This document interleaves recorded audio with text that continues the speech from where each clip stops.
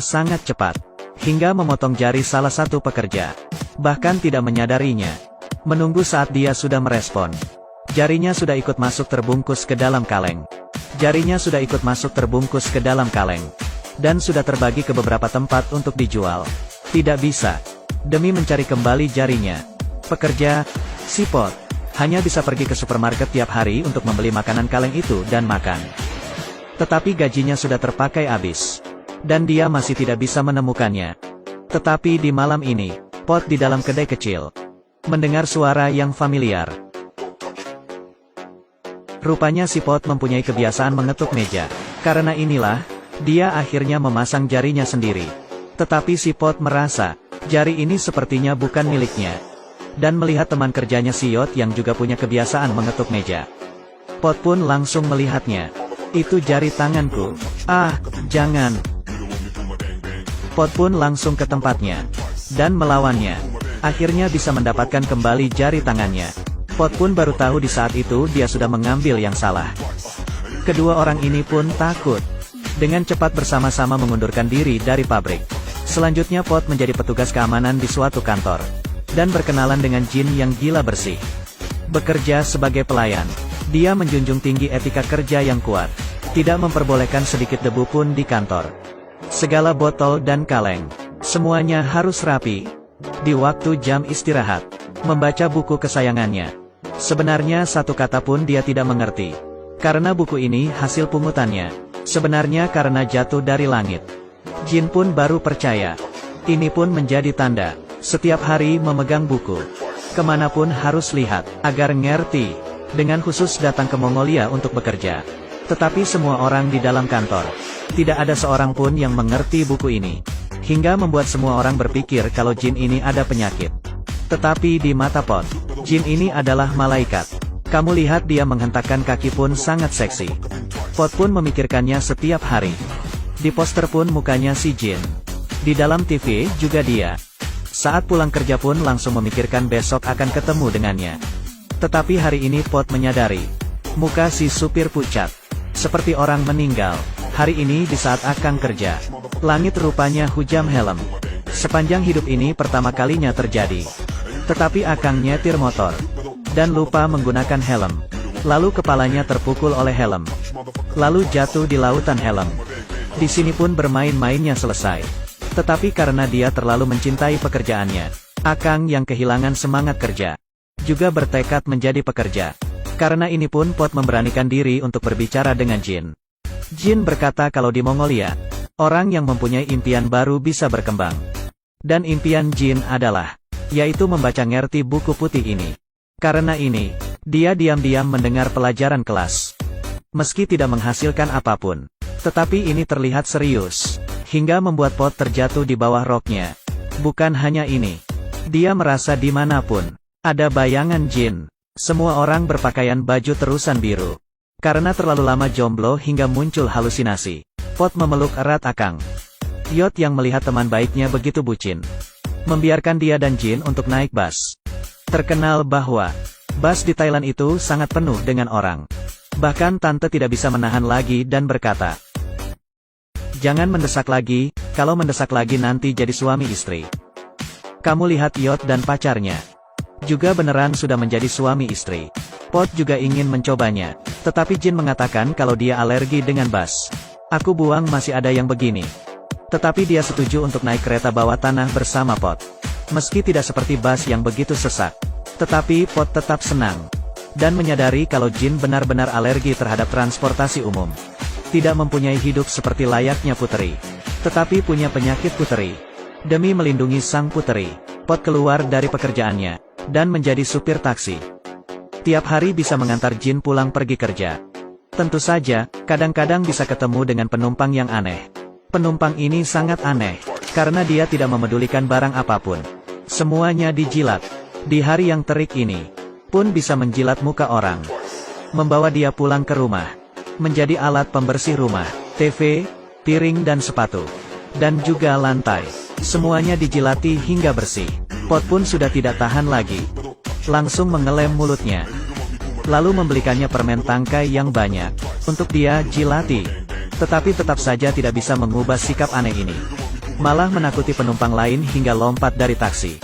Selanjutnya, dia pergi karena dimarahi oleh tante-tante. Pot pun akhirnya bisa menyatakan perasaannya ke Jin. Tetapi dia ditolak. Hatinya terluka dan tidak bisa berpikir jernih. Ingin menyampaikan selamat tinggal dengan dunia. Tiba-tiba muncul nenek yang sudah meninggal. Meski sekarang sudah menjadi seekor cicak. Rupanya saat dia terlahir kembali, tetap diam-diam memerhatikan cucunya. Dan membuatnya berpikir ke depan. Meski Jin sudah menemukan orang yang dapat mengubahnya sepenuh hidup, yaitu si Peter, pejuang lingkungan. Dan memastikan, buku putih ini ada hubungan dengan perlindungan lingkungan. Karena ini, Jin bergabung dengan organisasi perlindungan lingkungan. Suatu waktu membawa kantong, kemanapun untuk memungut botol plastik. Kamu lihatlah, mengumpulkannya hingga rumah penuh. Setelah itu pun harus dibersihkan dan digunakan kembali. Dan memberikannya ke orang di sekitarnya. Ini pun hanya Pot yang mau menerima. Yang lebih menakutkan lagi, rumahnya dipenuhi dengan botol plastik. Di dalam rumah pun tidak ada tempat untuk menginjakan kaki. Demi mengumpulkan botol plastik menolong dunia, Jin pun keluar dari pekerjaannya. Di saat Pot datang melihatnya, botol plastik di depan rumahnya sudah tertumpuk menjadi gunung. Ketinggiannya sudah hampir membuat orang sesak napas. Itu pun menjadi suatu pemandangan di Mongolia. Di atas pun ada beberapa anak kecil yang sedang bermain. Pot naik ke puncak, dengan keras meneriaki nama Jin. Jin di saat itu sedang melakukan demonstrasi demi perlindungan lingkungan. Di tengah orang-orang, dia sepertinya melihat sebuah bayangan. Jin sangat gembira. Dia dengan cepat menanyai tentang rahasia buku putih itu. Dan Peter mengatakannya, ini sebenarnya adalah sebuah buku kuning kecil. Tetapi buku ini adalah kepercayaannya di hampir sepanjang hidupnya. Jin yang selesai mendengarnya, di saat itu juga pun pingsan. Untung saja di saat itu ada Pot yang menopangnya. Dan membantunya mengantar pulang ke rumah. Tetapi Jin yang tidak bisa menahan semuanya, berubah menjadi murung, dan memutuskan untuk pulang sementara waktu. Karena ini, Pot pun juga meninggalkan Mongolia. Tetapi karena sudah terbiasa dengan hidup di kota, kehidupan di kampung halaman terasa menjadi sangat lambat. Pot akhirnya pulang.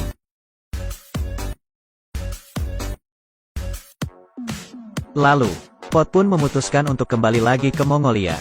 Tidak terasa beberapa bulan kemudian, setiap orang di sini sudah memiliki ekor. Sekarang Pot yang belum memiliki ekor, menjadi seorang selebriti. Tetapi hati Pot terus memikirkan Jin. Dia lalu datang lagi ke gunung botol plastik. Melihat kembali, saat itu, dia sepertinya melihat bayangan Jin. Sudah terhitung banyak kesulitan yang dilewati. Akhirnya kedua orang ini bisa bersatu. Dan setengah tahun kemudian, Jin sudah hamil. Di dalam perutnya, adalah nenek yang reinkarnasi lagi. Tidak kepikiran kan? Tapi sekali lagi, semangat kerja si pekerja paruh waktu. Kami yang begitu bekerja sangat keras. Semuanya demi apa? Klik program kecil di bawah ini. Coba apa kamu seorang pekerja yang memenuhi syarat. Pabrik pengolahan negara Thailand sangat hebat. Jalur pembungkusannya sangat cepat. Hingga memotong jari salah satu pekerja. Bahkan tidak menyadarinya. Menunggu saat dia sudah merespon. Jarinya sudah ikut masuk terbungkus ke dalam kaleng. Jarinya sudah ikut masuk terbungkus ke dalam kaleng. Dan sudah terbagi ke beberapa tempat untuk dijual. Tidak bisa. Demi mencari kembali jarinya, pekerja, si Pot, hanya bisa pergi ke supermarket tiap hari untuk membeli makanan kaleng itu dan makan. Tetapi gajinya sudah terpakai habis. Dan dia masih tidak bisa menemukannya. Tetapi di malam ini, Pot di dalam kedai kecil mendengar suara yang familiar. Rupanya si Pot mempunyai kebiasaan mengetuk meja. Karena inilah, dia akhirnya memasang jarinya sendiri. Tetapi si Pot merasa, jari ini sepertinya bukan miliknya.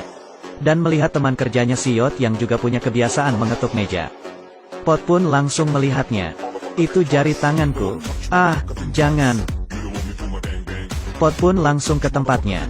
Dan melawannya. Akhirnya bisa mendapatkan kembali jari tangannya. Pot pun baru tahu di saat itu dia sudah mengambil yang salah. Kedua orang ini pun takut. Dengan cepat bersama-sama mengundurkan diri dari pabrik. Selanjutnya Pot menjadi petugas keamanan di suatu kantor. Dan berkenalan dengan Jin yang gila bersih. Bekerja sebagai pelayan. Dia menjunjung tinggi etika kerja yang kuat. Tidak memperbolehkan sedikit debu pun di kantor. Segala botol dan kaleng, semuanya harus rapi. Di waktu jam istirahat, membaca buku kesayangannya. Sebenarnya satu kata pun dia tidak mengerti. Karena buku ini hasil pungutannya. Sebenarnya karena jatuh dari langit. Jin pun baru percaya. Ini pun menjadi tanda. Setiap hari memegang buku. Kemanapun harus lihat, agar ngerti. Dengan khusus datang ke Mongolia untuk bekerja. Tetapi semua orang di dalam kantor. Tidak ada seorang pun yang mengerti buku ini. Hingga membuat semua orang berpikir kalau Jin ini ada penyakit. Tetapi di mata Pot, Jin ini adalah malaikat. Kamu lihat dia menghentakkan kaki pun sangat seksi. Pot pun memikirkannya setiap hari. Di poster pun mukanya si Jin. Di dalam TV juga dia. Saat pulang kerja pun langsung memikirkan besok akan ketemu dengannya. Tetapi hari ini Pot menyadari. Muka si supir pucat. Seperti orang meninggal. Hari ini di saat akan kerja. Langit